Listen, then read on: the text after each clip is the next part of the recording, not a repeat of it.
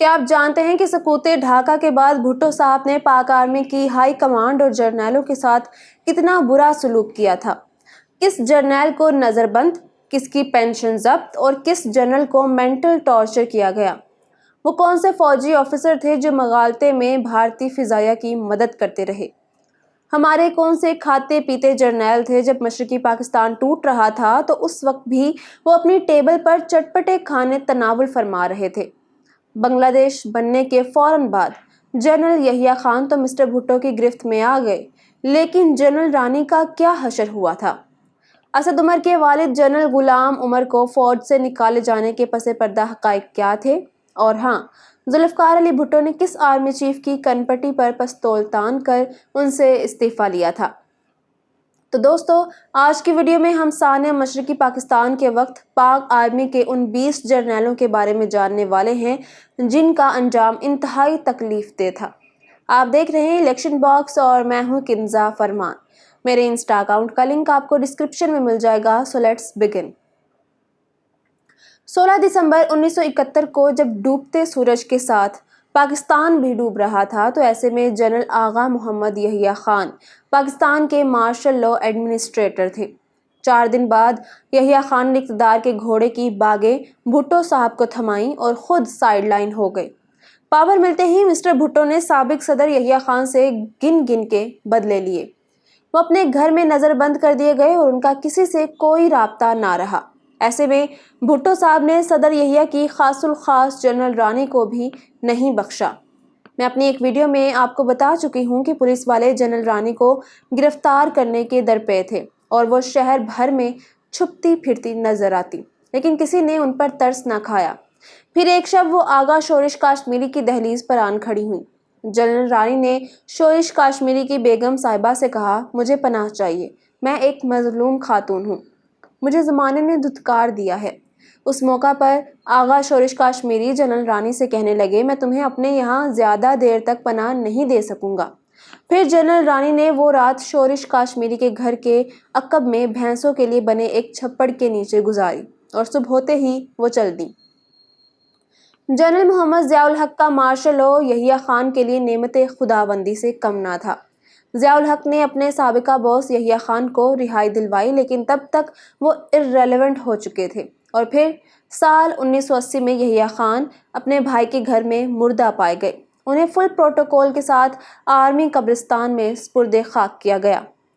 Tiger Niazi के nick name से पुकारे जाने वाले lieutenant general Amir Abdullah Khan Niazi वो जर्नैल थे जिन्होंने 16 दिसंबर को रेस कोर्स ग्राउंड ढाका में सरेंडर किया।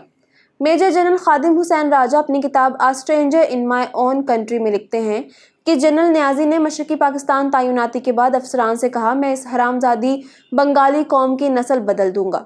ब्रिगेडियर सदीक सालिक की किताब मैंने ढाका डूबते देखा के मुताबिक 10 अप्रैल 1971 के रोज़ जब मेजर जनरल खादिम हुसैन राजा ने ईस्टर्न कमांड जनरल न्याजी के सुपुर्द की तो वो कहने लगे, मेजर जनरल खादिम, तुमने फ़ौज की कमान तो मेरे सुपुर्द कर दी है, लेकिन तुम मुझे अपनी दाश्ताओं की कमान कब दोगे? हमूदुर रहमान कमीशन में जनरल न्याजी पर इखलाकी बेराह रवी और स्मगलिंग के इल्ज़ामात भी लगाए गए थे। इसी तरह से एक और बयान भी जनरल न्याजी से मंसूब है कि जब ढाका के आर्मी मेस में राशन कम पड़ गया तो वो कहने लगे, क्या ढाका में गायें और भेड़ बकरियां ख़त्म हो गई हैं? हम दुश्मन इलाके में हैं, यहाँ जो चाहते हो छीन लो। हम बर्मा में भी ऐसा ही किया करते थे। जनरल न्याजी के खिलाफ 15 इल्ज़ामात में कोर्ट मार्शल की सिफारिश की गई तो मिस्टर भुट्टो ने जनरल न्याजी के तमाम फौजी मेडल्स और रैंक्स वापस लेकर उनकी पेंशन जब्त कर ली। जनरल न्याजी ने अपनी ज़िंदगी के आखिरी चंद बरस खामोशी में गुजारे और कब वो दुनिया से चल बसे शायद ही कोई जानता हो। साबिक गवर्नर सिंध मोहम्मद ज़ुबैर और साबिक फेडरल मिनिस्टर असद उमर के वालिद मेजर जनरल गुलाम उमर सदर यहिया खान के इंतहाई करीबी साथी थे। 70 के जनरल इलेक्शन में यही जनरल गुलाम उमर थे जिन्होंने सियासतदानों में पैसे बांटे। ISPR के साबिक DG ब्रिगेडियर AR सिद्दीकी बताते हैं कि तब जनरल गुलाम उमर को 2 करोड़ रुपए दिए गए थे। सिर्फ 28 लाख रुपए सियासतदानों में बांटे गए, बाकी पैसों का कोई रिकॉर्ड नहीं। मिस्टर भुट्टो को पावर मिली तो उन्होंने जनरल गुलाम उमर को उनके ओहदे से बरतरफ करते हुए नजरबंद कर दिया। جب پاکستان ٹوٹ رہا تھا تو اس وقت general Gul Hassan Khan chief of general staff تھے، پھر انہیں آرمی چیف بنا دیا گیا۔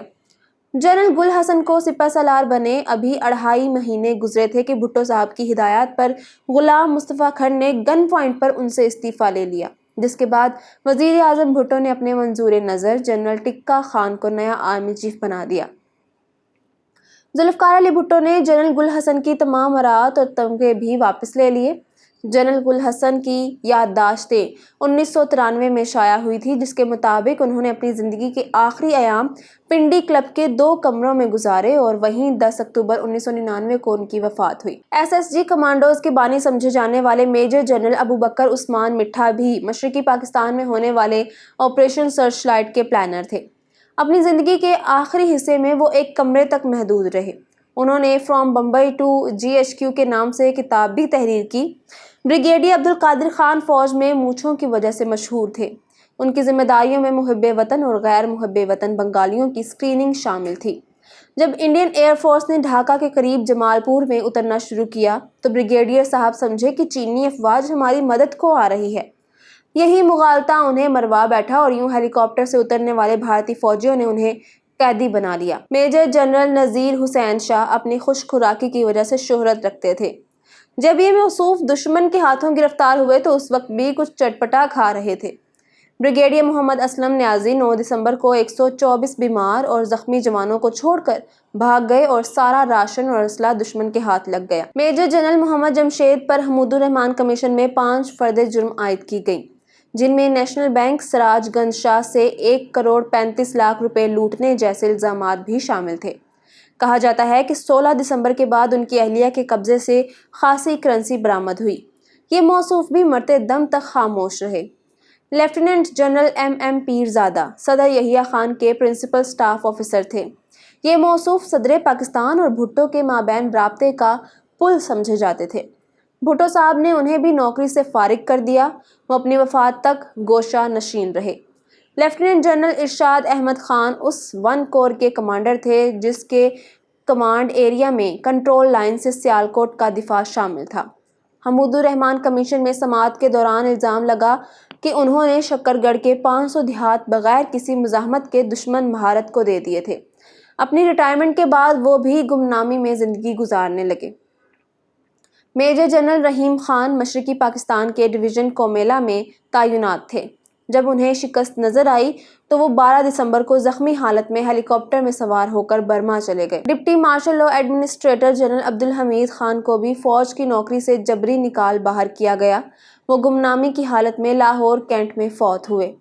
بریگیڈیئر محمد حیات کے بارے میں کہا جاتا ہے کہ وہ 6 دسمبر کو ہی جوانوں کو چھوڑ کر بھاگ نکلے اور یوں پاک فوج کا اسلحہ دشمن کے ہاتھ لگ گیا۔ مشرقی پاکستان میں لگ بھگ 10 سالوں تک تعینات رہنے والے میجر جنرل راؤ فرمان علی باقاعدگی سے ڈائری لکھا کرتے تھے۔ جب ان کی ڈائری قبضے میں لی گئی تو اس میں یہ جملہ درج تھا کہ مشرقی پاکستان کے سبزہ زار کو سرخ کرنا ہوگا۔ جنرل نیازی نے اپنی کتاب میں الزام لگایا کہ ہتھیار ڈالنے سے 2 روز پہلے راؤ فرمان علی نے قید میں موجود 200 کے لگ بھگ بنگالی دانشوروں اور اساتذہ کو قتل کروایا تھا۔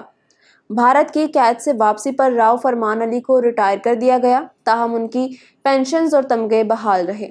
یاد رہے کہ میجر جنرل راؤ فرمان علی جنرل ضیاء کی کابینہ میں پیٹرولیم کے فیڈرل منسٹر بھی رہے۔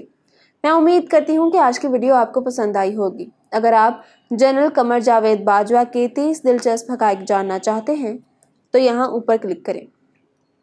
جنرل نیازی کی ہسٹری جاننے کے لیے یہاں نیچے، اور جمائمہ گولڈ سمتھ کے فیکٹس آپ کو یہاں ملیں گے۔ ویڈیو کو لائک اور شیئر کریں، الیکشن باکس سبسکرائب کر لیں اور ہماری ویڈیوز دیکھتے رہیں۔ اللہ حافظ و ناصر۔